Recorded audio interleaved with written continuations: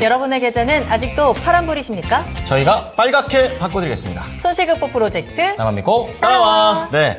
자, 오늘 시장 쭉 보면서 장 초반부터 장 마칠 때까지 굉장히 좀 신중했었다라는 그런 느낌이 들었던 하루였습니다. 맞아요. 이제 일단 FOMC 결과가 나왔습니다. 좀 중립적인 결과가 나오기는 했는데 계속해서 고용에 대한 중요성에 대해서 언급을 하기도 했고 계속 이 금리에 대한 방향성이 지표를 따라가고 있는 상황이다 보니까 이제 시장에서는 내일 나오는 지표까지 한 번 더 확인하고 가자라는 분위기도 포착이 되는 것 같아요. 그렇습니다. 그리고 4월 말에서 5월이 딱 이렇게 넘어가는 그런 주에서 쉬는 날까지 겹쳐버리니까 맞아요. 실질적인 5월은 다음 주부터다 이런 얘기를 하면서 여러 전망들이 좀 나오고 있는데요.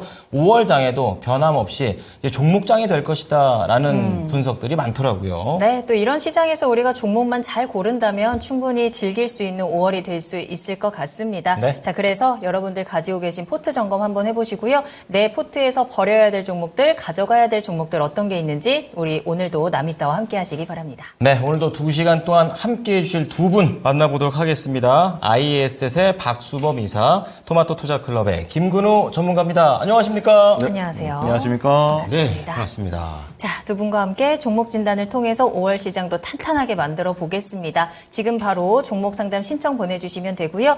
유튜브 채팅창 이용하세요. 토마토 증권통 검색하고 들어오셔서 종목명, 매수가, 비중, 그리고 매수 문의 남겨주시고요. 전화 상담 가능합니다. 02-325-8200번, 325-8200번입니다. 네. 자, 오늘 시장에서는 뭐 여러 가지 종목들이 움직였지만 그 중에서 오늘의 이슈는 바로 이 방산 이 관련된 내용을 다뤄보겠습니다. 업황도 괜찮을 것 같고 오늘 종목들로도 개별적인 소식들이 많이 나왔는데요. 오늘의 주제 공개하겠습니다. 네. 자, 전쟁의 이런 분위기가 확산이 되면서 아이러니하게도 날개를 펴는 방산주에 대한 미래 알아봅니다. 네, 일단은 뭐 여기저기서 오늘은 수주 소식도 있었습니다. 뭐 현대로템에 대한 이슈도 있기도 했고요. 좀 더 힘을 받아가는 모습이었고 사실 러시아 우크라이나 전쟁이라든지 또 이스라엘 팔레스타인 전쟁에 대한 우려가 계속 그쵸. 좀 커지고 있다 보니까 이럴 때 좀 지수는 좀 지지부진하고 흔들릴 수 있어도 확실하게 또 관련주들은 수혜를 보고 있고요. 그 중에서도 대표적인 이제 섹터가 방산주가 아닐까 싶습니다. 그렇습니다. K방산 하면서 계속해서 그 위상이 높아지고 있는 상황이고 주가도 굉장히 크게 올라가고 있는데요. 과연 우리가 투자 전략 어떻게 짜야 되는지 또 워낙에 또 단기전에 급등하는 모습들도 보였기 때문에 방산주 어떤 가격대에서 우리가 어떻게 접근해야 되는지 한번 이야기 나눠보겠습니다. 자, 그렇다면 우선은 큰 그림으로 박수범 이사께 먼저 여쭤보겠습니다. 네. 어쨌든 개별적인 이슈도 터졌고 증권사에 또 전망 괜찮다 뭐 이런 얘기하고 있는 상황이라서 이 추세적인 탄력을 방산주가 받을까요? 아니면 안 받을까요? 저는 일단은 단기적으로 봤을 때는 일단 뭐 이거 좀 애매한데요? 받는다 안 받는다 이게 좀 애매하네요. 이분할로 하기엔 좀 그렇고 네. 단기로 봤을 때는 그럼 긍정적으로 보세요? 아니면 조금 쉬어간다라고 보세요? 방산주에 대해서 접근을 해도 된다 안 된다라고 저는 보신다면? 한쪽 키워드를 말씀해라고 하실 줄 알았는데 갑자기 네. 간다 안 간다라고 판단해라니까 일단 저는 좀 간다라고 얘기하기도 그렇고 안 간다라고 얘기하기도 그렇고 그러면 애매하다라고 좀 애매한 정리할게요. 상황이다. 네. 하지만 알겠습니다. 한 줄 평은 자주국방이기 때문에 이제 어떠한 의미에서 애매하고 좋고 나쁘고 섞여 있는지 잠시 후에 들어보고요. 자, 김근우 전문가 우선 추세적인 탄력을 받을까요? 아닐까요? 네, 저는 모멘텀 아직 안 끝났다라고 좀 생각을 하고요. 네. 그렇게 보고 있습니다. 좋습니다. 알겠습니다. 그렇다면 좀 자세하게 우리가 언제 접근해 봐도 되는 건지 지금도 괜찮은지 알아보겠습니다. 자, 그럼 박수범 이사께서는 자주국방 이렇게 좀 말씀을 해주셨습니다. 요즘 모든 나라가 네. 다 자기네 나라에서 이렇게 그런 무기들을 사가지고 그렇죠. 각자 좀 도생을 하려고 하는 분위기인데 좀 자세히 들어보겠습니다. 네, 아무래도 지금 현재 뭐 우크라이나 러시아 전쟁도 1년 넘게 지금 현재 진행이 되고 있고 여기에다 이스라엘이 이제 중동 지역에서 팔레스타인과 지금 계속해서 지금 전쟁을 치르고 있고 거기에 이제 하마스와 지금 현재 뭐 전쟁 중단 관련된 이제 협상을 뭐 할 것이냐 뭐 한다 했다가 또 안 한다 했다가 뭐 그리고 서로 간에 이제 조건이라든가 여러 가지 부분들에 있어서 서로 이제 의견 마찰이 좀 있는 것 같습니다. 뭐 그런 흐름들인데 일단 지금 LIG 넥슨도 마찬가지였고 최근에 뭐 방위산업 관련주들이 보게 되면 최근에 좀 화요일 날 크게 좀 조정을 좀 받았어요. 전체적으로. 받았던 이유가 아무래도 이제 합의를 할 것이다.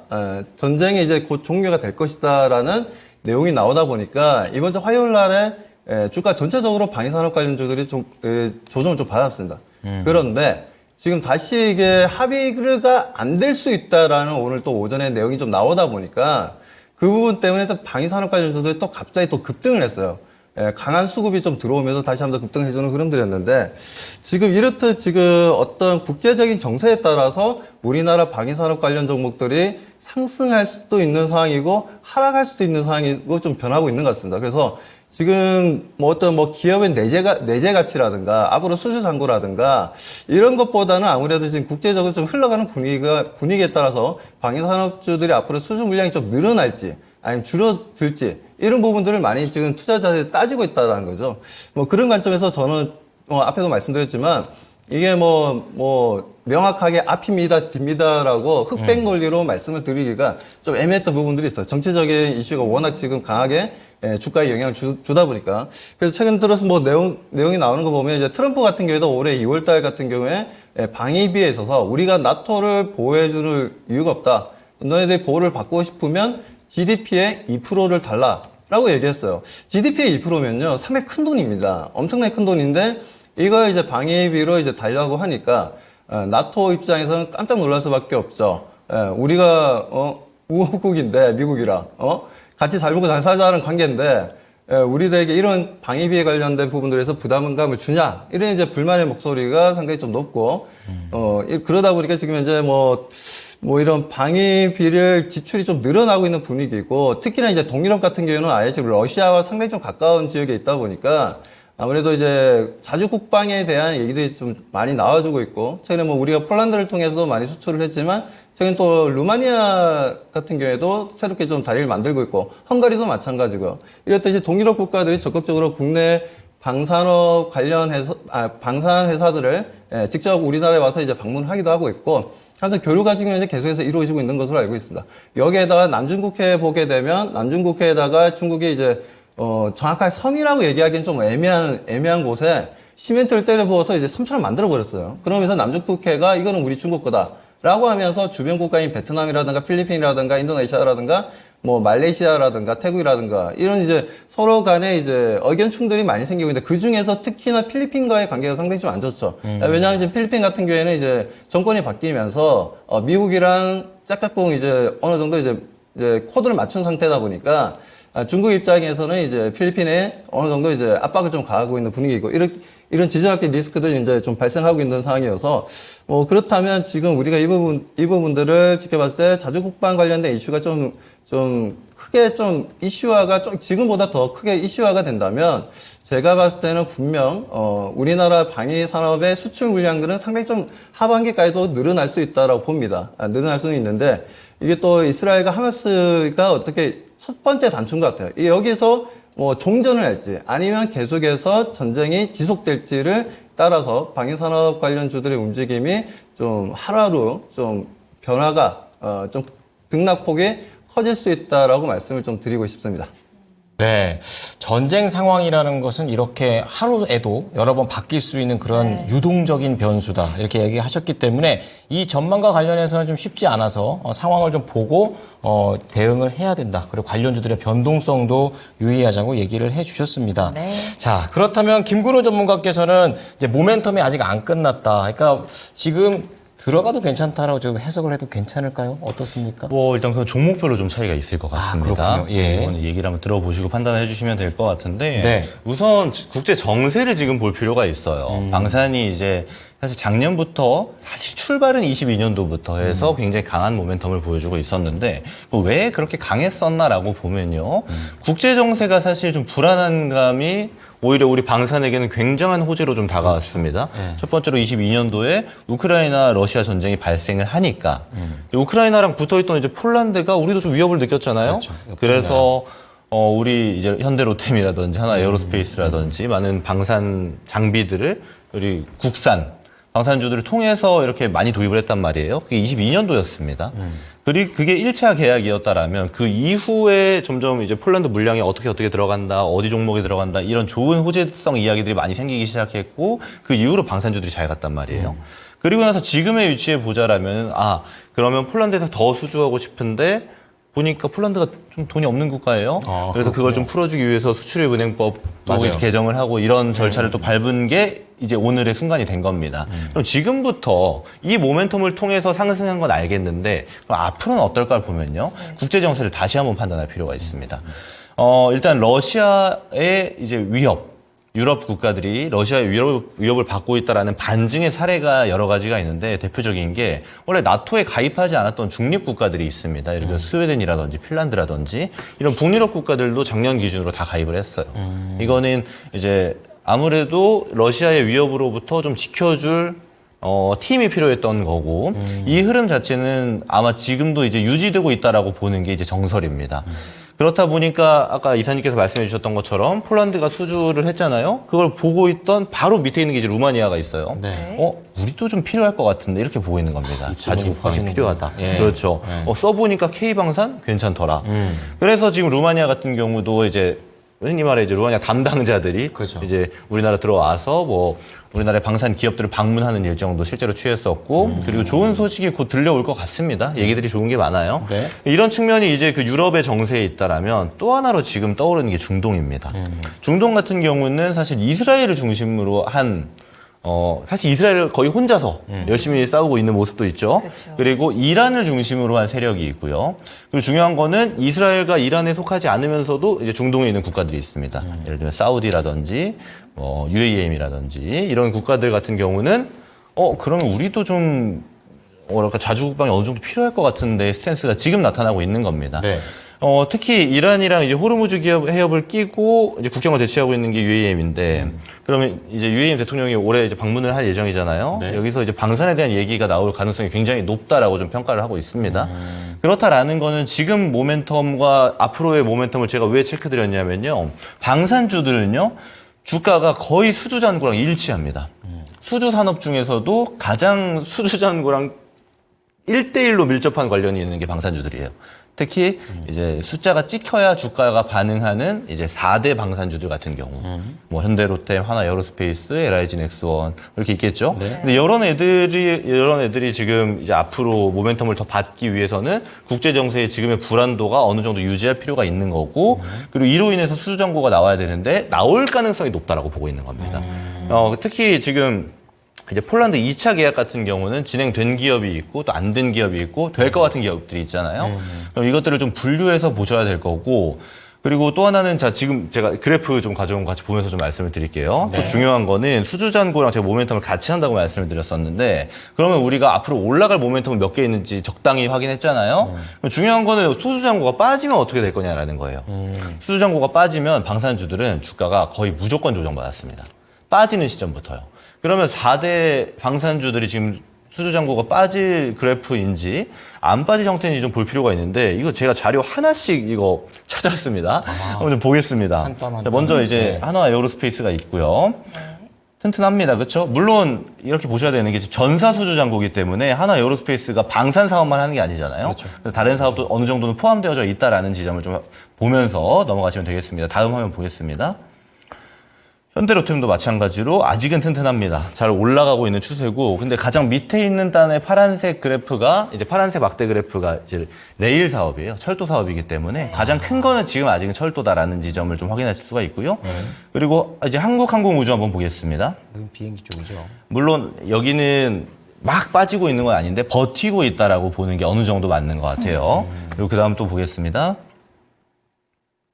자, LIG 넥슨도 잘 올라가고 있고요. 자, 어떤 측면이냐면 이런 상태라면은 당장에 이제 주가가 막 빠진다거나 이럴 수는 없습니다. 어차피 조선이랑 똑같아요. 정해놓고 만들고 정해놓고 이제 매출이 발생하는 것이기 때문에 이런 지점들을 봤을 때 방사는 앞으로의 모멘텀이 좀 더 기대되는 거고 지금도 튼튼한 상황이다라고 볼 수 있겠고요. 그리고 실적 발표가 됐잖아요. 네. 1분기 보면 실적이 대부분 괜찮습니다. 하나 에어로스페이스 빼고 이 네. 부분은 제가 좀 이따가 설명을 드릴 건데 그래서 수주 물량이 가장 중요한 거고 실적도 지금 괜찮게 찍히고 있는 거고 중요한 거는 이제 폴란드발 매출이 찍히는 거 있잖아요. 하반기가 대부분 기업들이 다 더 좋을 겁니다.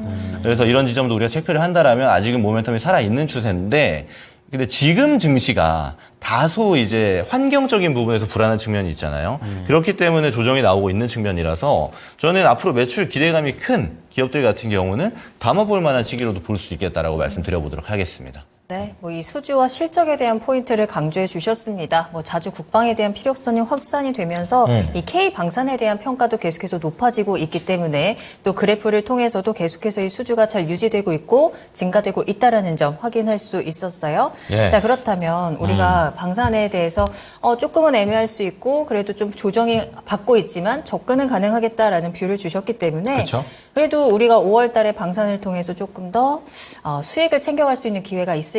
이게 또 궁금해지거든요. 좀 더 자세하게 골라봐야죠. 맞아요. 예. 종목이 또 궁금해지는데 사실 또 우리 박수범 이사님께서는 LIG 넥스원을 또 추천해 주셨던 과거가 있습니다. 그 이후로 지금 주가가 또 굉장히 많이 올라가서 채팅창에서도 덕분에 LIG 넥스원을 매수해서 지금 수익을 크게 내고 있다라는 댓글도 올라오고 있거든요. 네.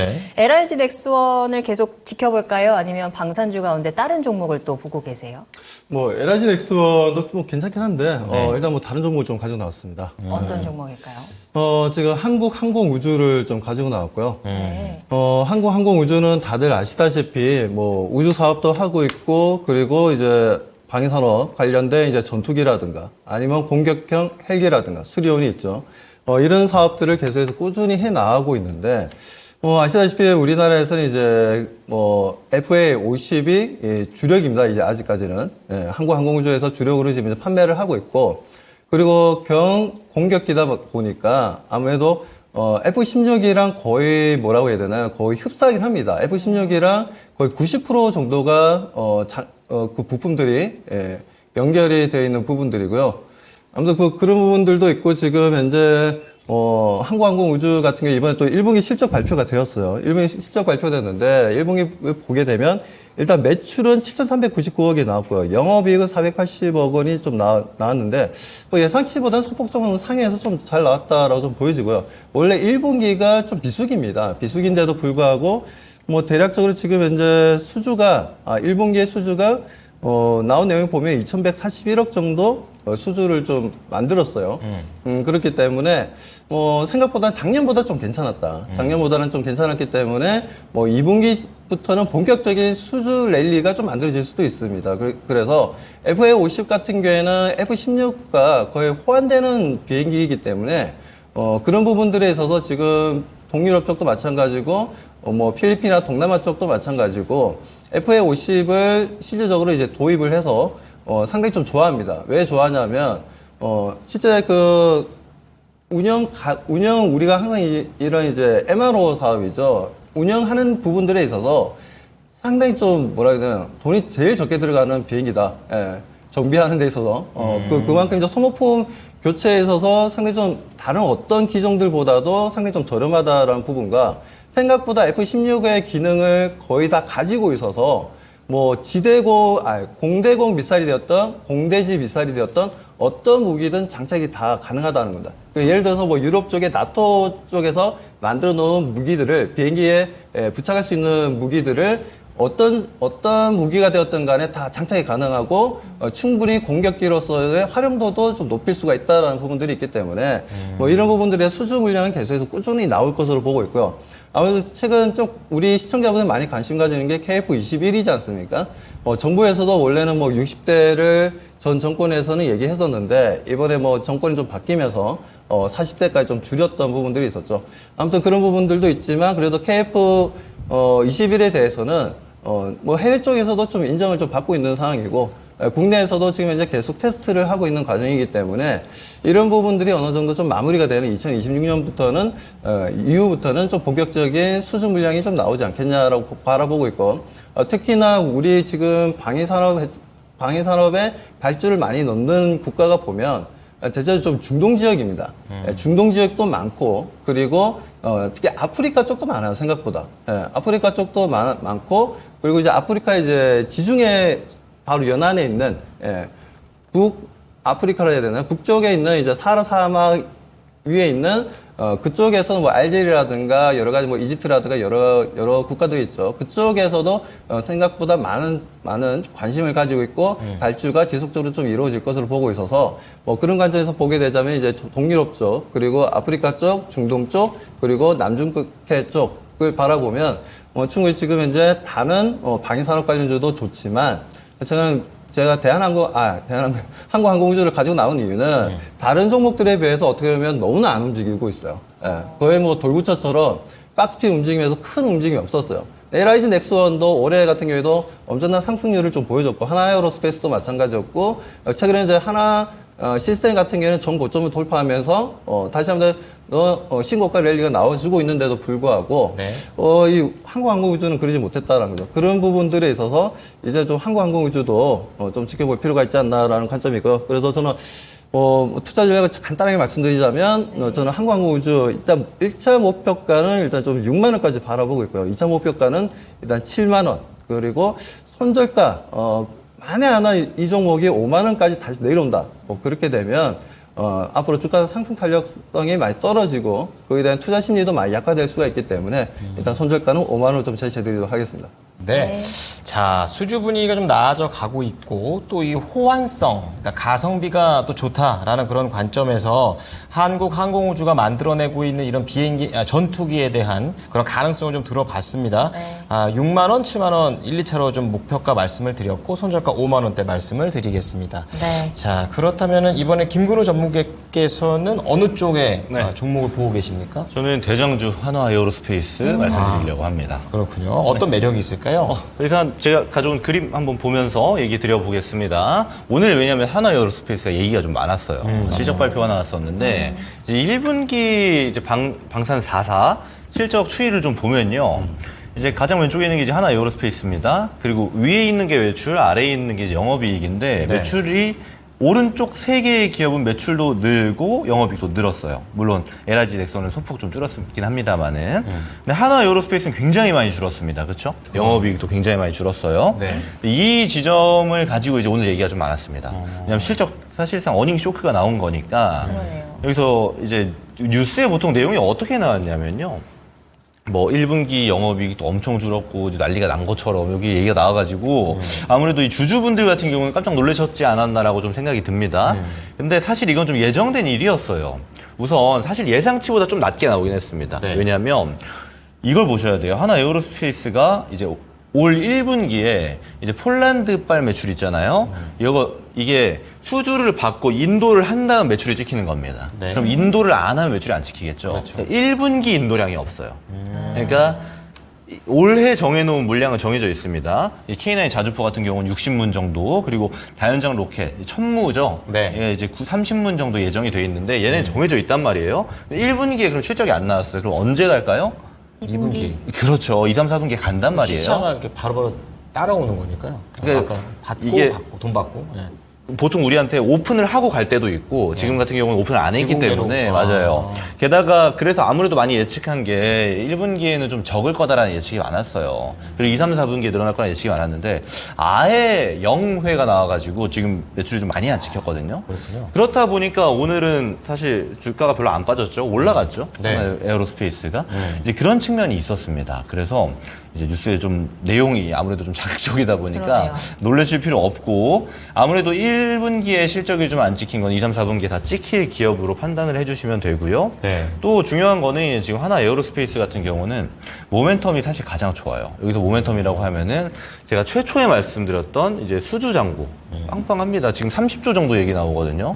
그러니까 다른 기업들보다 훨씬 더 많은 수주가 되어져 있고 중요한 건 사업도 이제 다각화가 되어져 있죠. 모멘텀도 지금 굉장히 좋은 걸 유지하고 있고 물론 이런 지점이 있습니다. 아무래도 많이 올라갔어요. 네. 아무래도 상승률이 높았다 보니까 부담스러워 보이긴 합니다만은 사실 당연히 제일 많이 가야 돼요. 대장이고 매출도 제일 잘 나왔고 모멘텀도 제일 잘 받고 있고 투자도 제일 많이 들어가고 있거든요. 저는 그래서 사실 지금 눌릴 때 좀 보는 게 맞다라고 보는 게 하나 에어로스페이스입니다.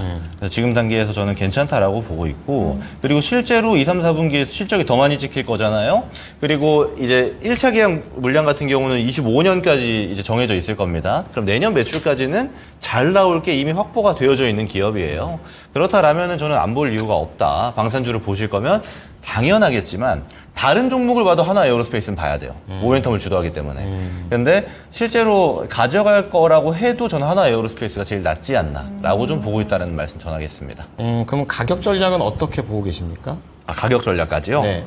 네. 이게 만약에 성격이 급하신 분들은 네. 그러니까 박스권으로 대응을 해도 괜찮은 건지 아니면 또 말씀해 주셨던 대로 대장주니까 네. 뭐 네. 중장기로 보고 또 다시 한번 최고점 이상을 한번 노려볼 수도 있지 않을까 이런 생각 드는데요.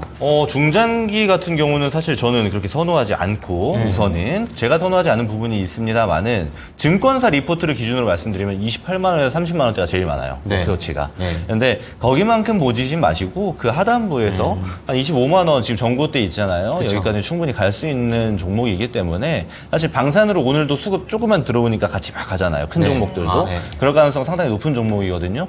그래서 일단 1차 목표가는 저는 25만 원 정도까지는 충분히 볼 수 있겠다라고 말씀드리겠습니다. 네, 좋습니다. 자, 오늘은 방산과 관련해서 전체적인 글로벌 업황 상황도 좀 체크를 했고 전쟁 상황도 체크를 해봤습니다. 그래서 나올 수 있는 두 가지 종목. 우선 박수범 이사 한국항공우주 말씀을 좀 드렸고요. 김근우 전문가도 확실히 이 대장주의 품격을 한번 따라가 보자라는 관점에서 한화 에어로스페이스를 말씀드렸으니까요. 투자에 참고하시기 바랍니다.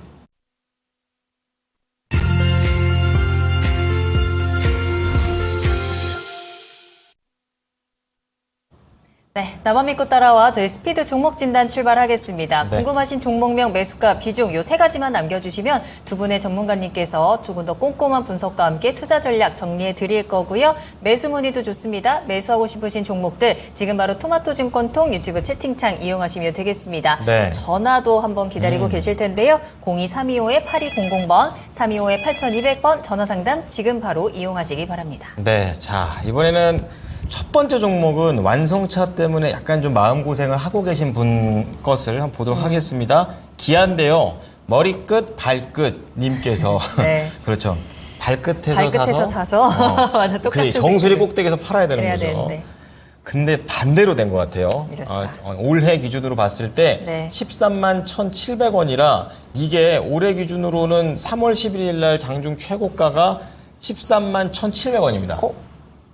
설마. 예, 그러니까 이게 설마 정말 머리 끝에서 사신 건가? 그렇죠. 약간 안 좋은 의미로 타이밍이 정말 끝에 가서 사신 거죠.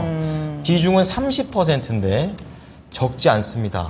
이분께서는 더 오를 줄 알고 샀는데 야 떨어지고 있다가 이제 또 한번 10만 원 위태로웠다가 한번 올라가고 있는 이런 추세를 보시면서 기다리면 다시 매수가까지 올 수 있을지 그 이상도 가능한지 궁금해하고 계십니다. 알아보겠습니다. 네. 자, 박수범 이사님, 이 기아 방금 전에도 이 매출과 관련된 부분들이 나오고 있는데 뭐 그렇게 옛날처럼 되게 잘 팔고 그런 것 같지는 네. 않는 것 같습니다. 어떻게 보십니까?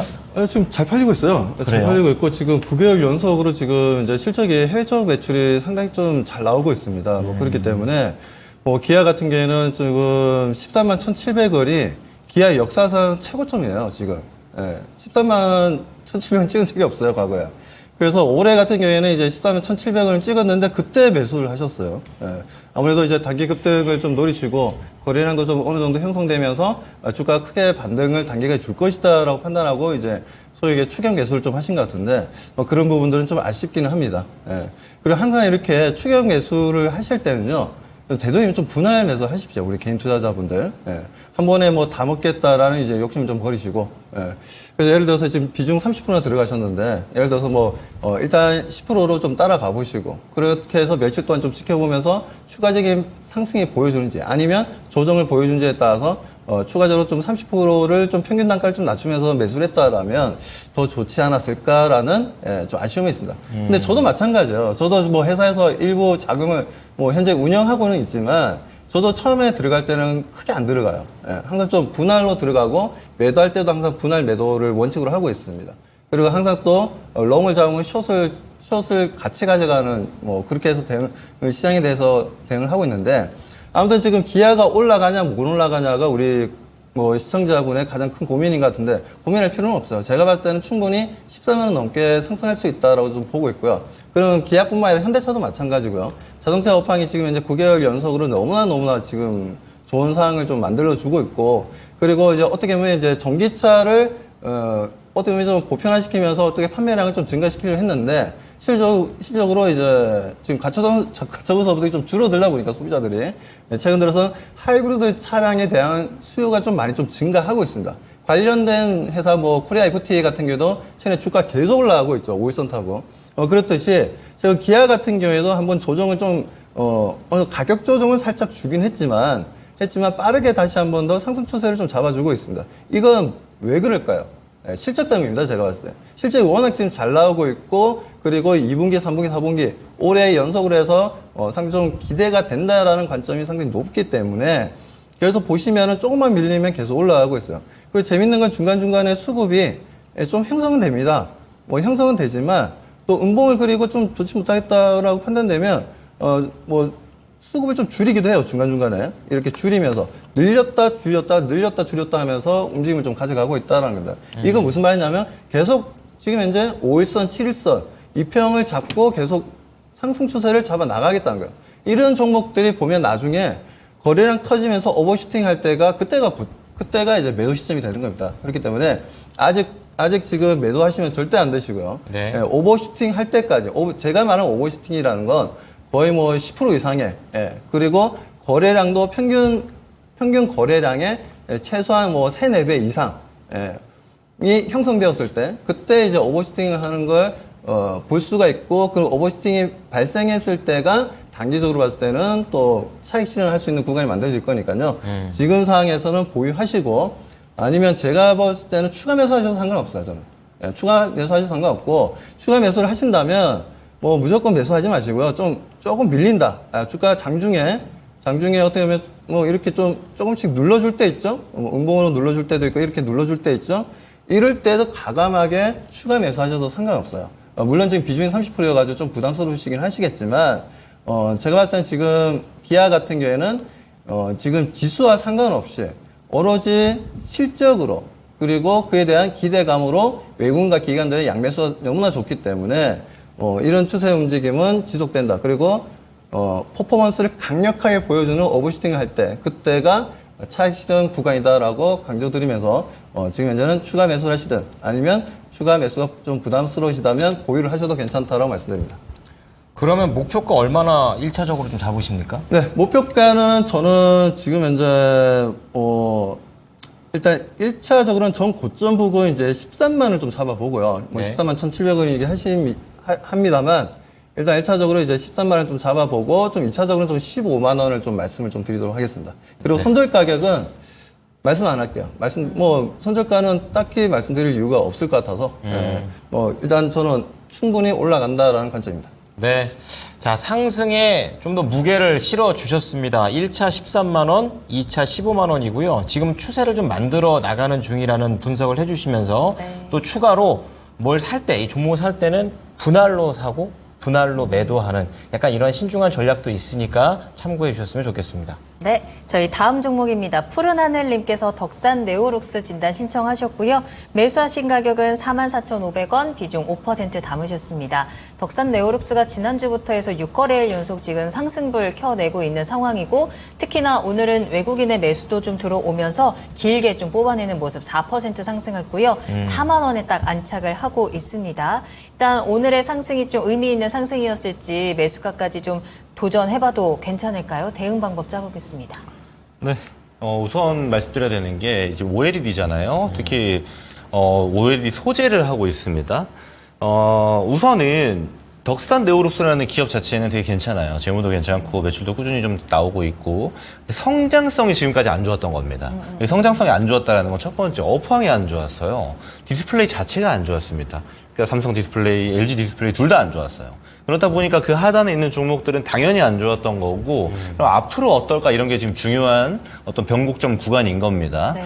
근데 일단 들어간 가격 자체는 사실 그렇게 나쁘진 않아요. 이제 45,000원 정도, 44,500원에 이제 1차적으로 들어가신 건데 저는 사실 지금 더 담아도 되겠다라는 생각이 듭니다. 우선 관점은 이건 단기는 아니에요. 어떤 이야기가 맞냐면 지금은 이제 OLED, 특히 OLED 분야에서는 우리나라에 있는 OLED 기업들이 저점을 다지고 있다라는 게 보통의 의견이 많습니다. 여기에는 뭐 다양한 게 있겠지만 일단 매출 자체가 턴어라운드 하려는 움직임이 꿈틀꿈틀 나오고 있거든요. 그럼 이 하단에 있는 덕산 네오룩스는 선발대처럼 먼저 출발하는 종목단은 아니에요. 아무래도 소재단이기 때문에 일단 대장주들 가고 그리고 장비단 움직이고 나서 이제 갈 거기 때문에 시간이 아무래도 좀 필요한 종목입니다. 지금 저점 턴어라운드를 하더라도. 그렇기 때문에 저는 지금 4만 원 미만 구간 있잖아요. 비중이 지금 5%이기 때문에 한 5% 정도 더 이제 매수를 하셔가지고 시간 좀 보는 전략으로 가져가시는 게 좋을 것 같아요. 근데 일단은 투자 스타일에 따라 좀 차이가 있겠습니다만은 저는 좀 이렇게 말씀을 드리고 싶어요. 업황이 안 좋은 섹터 있잖아요. 그러니까 주가로 모자라면 이제 흔히 말해 누워있는 애들. 이게 누워있는 기업들을 주로 보시는 분들은 잘 보셔야 됩니다. 왜냐면요. 지금 이 덕산 네오룩스 이분 같은 경우는 괜찮아요. 이제 올라갈 가능성이 높으니까. 근데 이 44,500원을 예를 들어 작년 초, 예를 들면 그 전에 샀다라고 하면은 거의 큰 자금이 묶이게 되는 거예요. 몇 년 동안. 그리고 또 다행인 점은 덕산 네오룩스가 튼튼한 기업이기 때문에 괜찮지만 흔히 말해 우리가 막 재무도 안 좋은 기업에다가 그렇게 시간 투자를 하게 되면은 흔히 상장 폐지도 가능하거든요. 저는 그래서 이 투자를 하실 때 모멘텀이 좀 살아있고 업황도 좀 좋은 곳에 투자를 하시는 게 좋을 것 같다는 생각이 듭니다. 왜냐면요, 이게 사람이 이제 투자를 하는 게 습관화가 되거든요. 이 저점대에 공략을 해서 예를 들어서 바로 상승이 나온 겁니다. 그래서 수익을 이렇게 맛을 봤어요. 그럼 어떻게 되냐면 항상 바닥에 있는 종목을 찾아요. 좋은 기업 때문에. 맞아요. 이 한 번의 찬스를 잡았던 기억 때문에. 사실은 이게 운일지도 모릅니다. 하지만 이 분석에 의해서 그런 전략을 취하는 게 아니고 바닥에 있는 종목만 찾아서 예를 들어 매수가 들어가게 되면요. 잘못하면은 2년, 3년이 아니고 막 5년, 10년이 갈 수도 있습니다. 저는 그래서 업황 같은 거를 좀 보면서 좋은 얘기가 많고 좋은 모멘텀이 많고 그리고 좋은 모멘텀은 좋은 모멘텀을 또 불러옵니다. 이제 그런 기업들을 좀 보시는 게 어떨까라고 좀 의견을 같이 드려보고요. 네. 지금 일단 덕산 네오룩스 같은 경우는 4만 원 밑에서 사셨던 만큼의 비중만 추가 매수하셔가지고 충분히 이제 4만 5천 원 가격까지는 올 수 있는 종목이거든요. 그 위에서 매도하시는 걸로 의견 드려보도록 하겠습니다. 네, 그래도 정말 다행이고 희망적인 메시지까지 전해주셨습니다. 네. 추가 매수해서 조금 시간을 투자한다면 충분히 회복할 수 있을 것 같고요. 목표가 45,000원 전해드립니다. 네.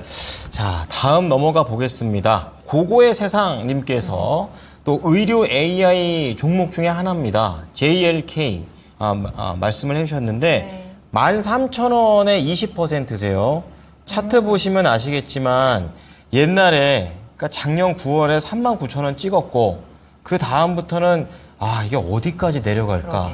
저 이런 생각이 드는 10,000원 아래로 차트예요. 내려갔었군요. 예, 근데 이분이 보시기에 최근에 이제 거래량이 실리면서 양봉을 한 두어 번 만들어내고 좀 반등을 주는 건가? 좀 이런 생각도 하실 수 있을 것 같아요. 그래서 다시 한번 매수가 근처로 회복이 가능한지 아니면 그 이상도 가능한지 알아보겠습니다. 자, 이사님, JLK 전망 어떻게 보십니까? 일단 뭐 최근에 주가가 뭐 관련 종목들의 움직임이 좀 괜찮습니다. 뭐 루닛도 마찬가지였고 최근 뷰노라는 회사도 마찬가지로 딥노이드라든지 코인라인 소프트라든지 관련된 이제 의료 관련된 AI 관련된 소프트웨어를 만드는 업체들의 주가 움직임들이 좀 좋았다라는 거죠. 아무래도 이제 지속적으로 좀 하락폭을 좀 키우는 분위기였는데 JLK의 주가를 좀 보도록 하겠습니다. 어차피 뭐 사업에 대해서는 뭐 저보다 더 많이 알 수도 있을 것 같으니까. JLK 같은 경우에는 지금 기술적으로 봤을 때 거래량이 좀 잘 형성이 되었어요. 일단 양봉으로 만들어줄 때마다 거래를 좀 터트리면서 주가 반등을 좀 주고 있다라는 거죠. 첫 번째 이제 4월 26일 날이었는데 이날만 하더라도 또 주가가 16%까지 27%네요. 27%까지도 올라가기도 했었고 그 다음에 이제 이번 주 화요일이었죠. 화요일 날 같은 경우에도 보게 되면 뭐 20%까지도 주가 상승률을 좀 보여줬습니다. 오늘은 뭐 마이너스 3.25% 정도 움직임을 좀 보여줬지만 이렇게 양봉을 크게 그릴 때마다 수급이 들어왔다라는 건 앞으로 계속해서 수급이 좀 더 강하게 평균 거래량을 좀 더 높이면서 좀 더 주가가 올라갈 가능성이 좀 높다라고 봐야 되고요. 뭐 이런 분위기는 뭐 JLK뿐만 아니라 이제 뭐 루닛도 마찬가지고요. 루닛도 최근에 움직임 보게 되면 서서 이제 바닥을 잡고 좀 올라가려는 분위기입니다. 올라가는 분위기고 뭐 지금 JLK보다는 일단 수급적으로 봤을 때는 조금 약하긴 해요. 하지만 주가가 일단 우상향으로 좀 상승 터닝 포인트를 만들어주고 있다는 게 좀 중요하다라고 판단되고요. 그리고 뷰노 같은 경우에도 보게 되면 뷰노는 의외로 지금 현재 주가가 오늘 같은 경우에는 좀 밀렸습니다. 하지만 최근에 보시다시피 다시 한번 더 저점을 잡고 상승 추세를 보여주면서 반등 시점을 만드는 흐름들인데 아직까지 추세가 완벽하게 꺾였다라고 얘기할 수는 없어요. 이게 하나의 또 행보 구간을 만들면서 바닥 다지는 현상이 좀 만들어질 수도 있거든요. 뭐 똑같은 관련주라 하더라도 추세적인 움직임이라든가 수급적인 움직임이 좀 달라서 후발주자로 움직이는 친구들도 있고 선발 때려서 먼저 치고 올라가는 종목들이 있습니다. 제가 봤을 때 지금 우리 시청자분이 매수한 JLK 같은 경우에는 우선 이제 선발로 먼저 치고 올라가는 종목이라고 제가 봤을 때 보여지고요. 뭐 그렇기 때문에 지금 기술적으로도 전혀 문제가 되지 않고 저는 상당히 좀 긍정적이다라고 말씀을 드립니다. 그래서 지금 매수가가 13,000원이긴 한데 제가 봤을 때 충분히 13,000원 이상은 좀 올라갈 것으로 좀 기대하고 있고요. 어차피 의료 AI 같은 경우에는 지금 현재 어떻게 보면 글로벌 시장에 있어서 많은 경쟁자들이 있을 수는 있지만 특히나 이런 쪽은 이제 우리 국내 기업들이 많이 특화되어 있는 것 같아요. 그렇기 때문에 국내 시장뿐만 아니라 해외 쪽 시장에서도 계속해서 앞으로 수주 물량이 좀 증가할 것으로 보고 있습니다. 그런 관점에서 보게 되자면 JLK 같은 경우에는 좀 과도하게 최근 주가가 어떻게 보면 소외되었었죠. 작년 9월 달에 3만 원대 주가 움직임을 좀 보여주다가 지금 현재 만 원대 초반까지 내려오면서 거의 시장에서는 아무도 관심을 가지지 않고 계속해서 하락 추세를 보여주던 부분들이 이제 터닝 포인트로 상승 추세로 전환되었다라는 이 부분이 가장 중요한 핵심 포인트라고 말씀드리면서 저는 목표 가격을 일단 단기적으로 말씀드린다면 일단 1차 목표가는 15,000원을 좀 제시하도록 하고요. 자, 2차 목표가는 조금 욕심을 좀 내도 괜찮다라고 좀 보여집니다. 그래서 저는 2차 목표가는 18,000원까지 좀 제시하도록 하겠습니다. 그리고 손절가는 만에 하나 동사가 다시 한 번 더 내려가더라도 제가 봤을 때는 9,000원 이하로는 내려가면 안 돼요. 9,000원 이하로 내려가게 되면 그런 완벽하게 추세가 꺾였다고 생각이 되고 새로운 다시 저점을 만들어 나간다라고 봐야 되기 때문에 물론 제가 봤을 때 지금 현재 수급의 움직임이라든가 차트 움직임을 봤을 때는 거기까지는 내려가지는 않는다라고 판단하지만 혹시나 이게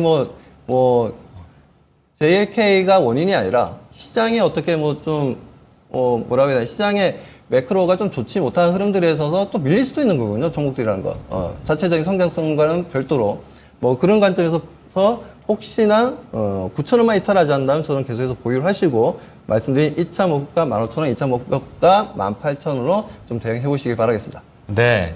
자, JLK 투자 의견 우선은 보유를 좀 하셔도 되겠어요. 기술적으로도 상승할 가능성에 대한 부분을 분석해 주셨고 1차적으로는 목표가는 15,000원, 2차 조금 18,000원입니다. 또 거기까지 가는 거 너무 기다리지 마시고요. 그리고 9,000원 이하는 위험합니다. 여기까지 손절가 잡아드립니다. 네. 자, 다음은 오늘 장 끝난 이후에 좀 분할에 대한 이슈가 나왔던 종목인데요. 주성 엔지니어링 진단 신청해 주셨어요. 올 강아지님의 종목입니다. 일단 매수가는 35,750원입니다. 5% 담으셨고 지금 주가는 매수가 근처에서 움직이고 있고요. 이 종목도 굉장히 큰 상승세를 보여왔던 종목이었고 최근에는 좀 박스권에서 쉬어가고 있습니다. 네, 이제 오늘 문적 분할과 인적 분할을 동시에 진행하겠다라는 좀 공시가 뜨면서요. 앞으로의 방향성을 좀 체크해봐야 될 것 같은데요. 강아지님께서도 이게 과연 호재인 건가요? 라는 질문을 보내주셨는데 어떻게 보실까요? 파악부터 해야겠네요. 자, 우선은 이게 사실 호재일 수는 없죠. 가지고 있던 거를 떼겠다라는 거니까. 네. 왜냐하면 이제 주성 엔지니어링이 하는 사업이 3개입니다. 그래서 다 장비 단위인데 첫 번째 가장 우리에게 친숙한 반도체 장비하고 있고요. 디스플레이 장비하고 있고요. 태양광 장비하고 있습니다. 근데 그 중에서 반도체는 중심이니까 반도체를 뛸 수는 없겠죠. 그래서 나머지 2개를 띈 겁니다. 그래서 디스플레이 그리고 태양광 분야를 떼서 운용하겠다. 좋은 말로 하면 반도체에 집중하겠다라는 건데 사실 이거는 좋은 말이 아닙니다. 안 좋은 얘기고 저는 이렇게 안 했으면 좋겠어요. 이렇게 분할 상장 못하게 해야 된다라고 개인적으로 좀 생각을 하는데 우리나라 너무 쉽게 합니다. 그렇죠? 그러니까 가만히 있던 주주들은요. 모멘텀 좋다, 반도체 좋다라는 거 알고 있어요. 네. 근데 이렇게 떼버리면요. 주가 당연히 조정 오는 거거든요. 그러네요. 이건 정말 이렇게 하면 안 됩니다. 그렇죠? 우리 혹시나 금융당국분들이 보고 계시다면 한번 생각을 해봐야 될 것 같아요. 자, 우선 주성 엔지니어링은 다행인 점은요. 주요 모멘텀 모든 게 반도체에 들어가 있습니다. 그래서 이제 분할되는 사업 분야가 중심에서 굉장히 좀 떨어져 있기 때문에 그나마 이 정도는 좀 다행이다라고 보고요. 그리고 또 하나 다행인 점은 반도체 업황이 좀 좋다라는 겁니다. 시장 자체가 전반적으로 불안하긴 합니다만 반도체 종목들이 그래도 조정을 받고 있어서 좀 튼튼하죠. 주성 엔지니어링도 좀 마찬가지고요. 이제 그런 측면이 좀 다행인 점인데 아무래도 어느 정도의 조정은 좀 나올 겁니다. 지금 조정기가 좀 길어질 수 있어요. 이 말은 어떤 걸 뜻하냐면 다른 반도체 장비주들은 반등이 나올 수 있는 타이밍 그리고 반등이 실제로 나오더라도 주성 엔지니어링 같은 경우는 반등이 좀 늦게 나올 수 있다는 거예요. 조정기가 길어질 테니까. 이런 지점으로 본다라면 그냥 차라리 비중 지금 크지 않잖아요. 이렇게 별로인 소식으로 주주들에게 좀 안 좋은 얘기를 전해주는 기업보다는 차라리 다른 종목을 보는 게 전 차라리 낫겠다라는 의견을 좀 드리고요. 우선은 지금 고점대 횡보가 좀 길어졌기 때문에 사실 지금 변곡 구간이거든요. 반등이 나와야 되는 시점인데 이제 그 시점에 좀 악재 아닌 악재가 좀 겹쳐 있기 때문에 차라리 다른 종목 보자 이렇게 좀 말씀을 드리고 마무리하도록 하겠습니다. 그러면 따로 가격 전략 없이 바로 매도 타이밍 잡을까요? 지금 평단가 지금에서? 수준이기 때문에 거의 손실 없이 나오실 수 있을 거예요. 알겠습니다. 주성 엔지니어링 일단 분할에 대한 이슈로 인해서 좀 투심이 흔들리고 주가에 대한 방향성도 조금 위험할 수 있다라는 부분들을 짚어주셨어요. 반도체가 좀 중심을 잡고 있긴 하지만 이 이슈를 소화하는 시간들이 좀 필요할 것 같기 때문에 네. 굳이 이 시간들을 좀 고통의 시간을 겪지 말고 지금 바로 빠져나오자 매도 타이밍 잡아보시기 바랍니다. 네, 어쨌든 시장의 이 전반적인 수준이 올라야 하는 그런 숙제도 우리나라는 있는 것 같아요. 네. 자, 다음 보겠습니다. 아리아님께서 또 오늘 이 종목 관련주들이 좀 괜찮습니다. 이 금양그린파워, 태양광 관련된 종목들인데 16,800원에 매수를 하셨고 비중은 10%. 근데 단기 목표가를 19,000원 잡으셨어요. 근데 이제 19,000원이면 올해 7월 이후 기준으로 봤을 때 네. 거의 최고가 수준입니다. 예. 근데 오늘 뭐 MS에서도 이런 빅테크들의 재생에너지 투자 소식이 좀 나와줘가지고 네. 금양 그린파워도 이런 거 타고 좀 갈 수 있지 않을까요? 라는 그런 관점이신 것 같은데 좀 자세하게 목표가 잡아보도록 하겠습니다. 자, 이사님, 금양 그린파워 이 종목이 과연 19,000원까지 갈 수 있을까요? 오늘 아주 퍼포먼스가 좋긴 했습니다. 저는 갈 수 있다고 봅니다. 네, 갈 수 있다고 보는 이유가 최근 들어서 이제 신재생 에너지에 대한 관심도 좀 높아지고 있고요.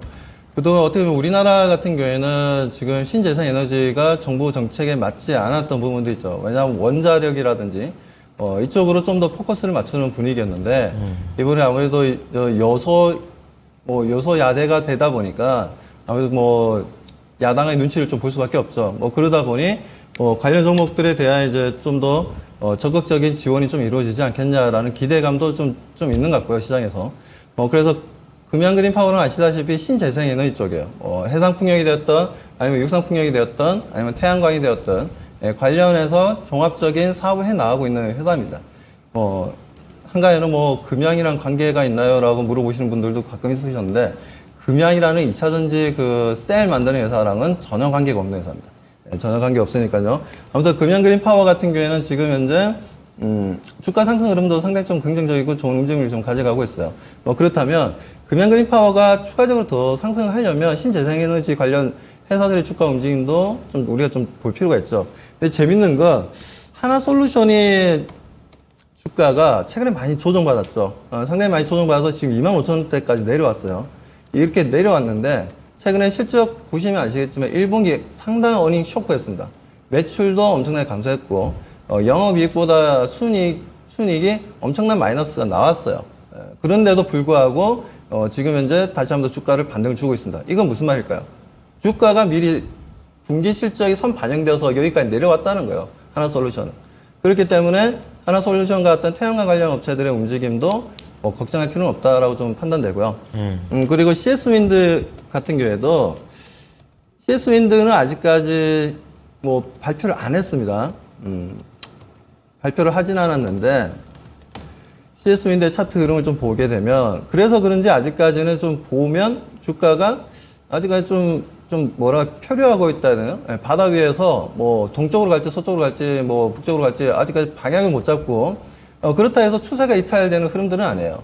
그리고 다음 주 정도 되면 CS윈드가 또 1분기 실적 발표를 할 겁니다. 그렇기 때문에 CS윈드 같은 경우에는 제가 알기로는 한 9일 날로 알고 있어요. 발표 날이. 9일 날로 알고 있으니까 실적이 그렇게 어닝 쇼크가 나와도 저는 상관없다라고 판단하고 있고요.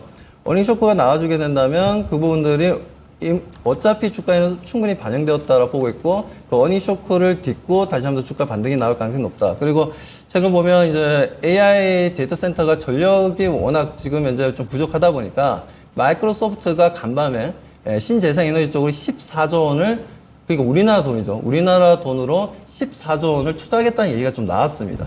뭐 이런 긍정적인 해외 쪽에서의 이슈도 좀 나와주고 있기 때문에 내용들을 나와주고 있어서 저는 지금 현재 고객님이 가지고 있는 우리 그 시청자님. 시청자님이 가지고 계신 금양그림 파워 같은 경우에도 차트 모양이 상당히 예뻐요. 근데 다만 최근에 뭐 조금만 움직이면 매도하려는 물량들이 좀 있었다는 거죠. 소위 얘기해서 단타 물량이 좀 있었다라고 보시면 돼요. 윗꼬리를 계속 달았다는 건. 하지만 그렇게 너무 걱정하지 마시고 그리고 거래량 같은 경우에도 평균 거래량이 점점 증가하고 있습니다. 이건 추세를 돌리겠다는 의지가 좀 강해 보인다라고 좀 판단하시고 말씀하셨던 그 목표 가격까지 들고 가시고 제가 봤을 때는 추가 매수하셔도 상관없다라고 저는 판단합니다. 그렇기 때문에 추가 매수도 상관없고 19,000원까지 들고 가시고 혹시나 동사가 12,500원을 이탈하는 흐름이 나와주게 된다. 그러면 그때는 조금 조심할 필요는 있다고 생각합니다. 그래서 손절가는 12,500원을 제시하고 지금은 추가 매수 좀 조정받으면 추가 매수도 가능하다는 말씀드립니다. 네. 자, 이렇게 해서 금연 그린파워까지 진단 도와드렸고요. 앞서서 저희가 주성 엔지니어링에 대한 이슈에 대해서 좀 설명을 해드렸는데 네. 그 인적 분할, 문적 분할 과정에서 주성 엔지니어링 측에서는 35,350원에 주식 매수를 선택할 수 있게 하겠다라는 또 내용들이 나왔나 봐요. 이 부분에 대해서 또 시청자분들이 이게 주식을 선택할 수 있게 해준다라는 게 어떤 의미인 건지 네. 이 부분에 대해서 또 질문을 해주셔서 네. 주식을 선택할 수 있다. 저도 이거는 좀 처음 들어봤는데 공시를 좀 어떻게 진행이 되는 봐야겠습니다. 거예요? 보통은 이제 인적 분할, 물적 분할이 진행하게 되면은 네. 그 해당하는 회사의 이제 주가에 대해서 주주 권리를 부여하는 이런 방안으로 보통 이야기가 나오는데 네. 이거는 공시와 내용이 좀 다르거든요. 근데 제가 그 공시 내용은 아직 안 봐가지고 좀 보고 좀 말씀을 드려야 될 것 같은데. 아, 조금 그러면- 시간이 네. 필요하시죠. 알겠습니다. 네, 그러면 보고 저희가 이야기를 정확히 다음 드리겠습니다. 상담하고 2부 진단하기 전에 한번 음. 정리를 해드리는 걸로 하고요. 네. 저희가 그럼 다음 상담 바로 일단 만나보도록 할게요. 자, 이번에는 ISC 진단하겠습니다. 포비F님이 신청하셨고요. 76,500원에 15% 담으셨어요. 중기적인 대응 전략이 필요하다라고 하셨고 ISC도 3월 달에 이제 AI 반도체 훈풍 타고 좀 상승을 하다가 지금 4월, 5월 특히 어제 오늘 좀 급하게 빠지는 모습이 포착이 되고 있거든요. 8만 원 깨고 내려오면서 지금 손실로 들어오셨는데 어떻게 대응할까요? 자, 우선은 지금 반도체가 전반적으로 조정이 나오고 있는데 그 조정에서 앞장서서 조정 나오는 섹터가 어디냐면 기존에 강했던 애들이에요. 기존에 강했던 게 대표적으로 이제 HBM입니다. HBM 수혜주로 꼽혔던 애들 중에서 또 대표적인 게 이 ISC죠. 그렇다 보니까 조정에 좀 우선순위에 들어와 있는 건데 지금 가격대가 저는 사실 지금부터는 좀 봐도 되는 가격대로 봐요. HBM은 이제 작년부터 매출이 이제 찍혔고요. 본격적으로 찍히는 게 올해입니다. 그리고 올해, 내년 점점 더 이제 당분간은 좋아질 거라는 예상이 많죠. 그리고 실제로 매출이 그렇게 찍히고 있고요. 네. 저는 그래서 ISC가 테스트 소켓 하는 데인데 HBM 성능 개발하면 개발할수록 점점 더 필요하게 될 거거든요. 그리고 ISC 같은 경우는 지금 합병 추진하고 있죠. 이 합병 추진하는 의미가 뭐냐면 사실 ISC도 사업부가 좀 여러 가지가 있습니다. 근데 필요 없는 거는 매각하고 필요한 건 다 합병하겠다라는 거예요. 그래서 매출 비중이 90%가 테스트 소켓이기 때문에 아예 그냥 테스트 단에서 우리가 대장하겠다 이 얘기입니다. 그러면 이렇게 구체화된 투자 계획이 발표된 기업이고 게다가 조정이 나왔다? 그럼 저는 굉장히 좀 매력적인 가격이다 이렇게 보고 있는데 일단 76,500원에 매수를 하셨잖아요. 네. 비중이 15% 정도라서 저는 추가 매수를 하시지는 말고 좀 기다려보시는 게 낫겠다라고 좀 의견을 드리고요. 손절은 따로 필요 없는 종목입니다. 뭐 재무도 아주 좋고 매출도 좋고 그리고 앞으로도 매출 성장이 훨씬 더 기대되는 기업이라서 저는 우선은 비중이 약간 아쉽다. 한 10%만 들고 계셨으면은 이제 하방에서 한 10% 더 담는 건데 이게 조금 아쉽긴 한데 좀 지켜보시면 될 것 같아요. 그리고 상방으로는 한 9만 원까지 이렇게 반등이 나올 가능성이 굉장히 높은 종목입니다. 그래서 이 사이에서 뭐 트레이딩으로 보셔도 되고, 저는 그냥 끌고 갈래요 한다라면 끌고 가도 좀 되는 종목이다라고 좀 말씀을 드리고 마무리하겠습니다. 네, ISC 보유 전략이고요. 9만 원 체크하시기 바랍니다. 네. 자, 1부는 여기까지 하고요. 2부에는 또 굵직한 종목, 오늘 또 실적이 좀 많이 안 좋게 나온 이 이 종목을 다뤄보겠습니다. 에코프로입니다. 뭐 캐즘 현상으로 인해서 부진하다 이런 얘기가 나오고 있는데 이 시가총액 이 큰 종목이 이렇게 실적이 잘 안 나와서 앞으로 어떻게 될지 걱정이 됩니다. 네. 이 부분과 관련해서 고민 많으신 분들은 저희와 2부도 함께 해주시기 바랍니다. 네, 그럼 저희는 잠시 후에 돌아올게요. 계속해서 나만 믿고 따라와.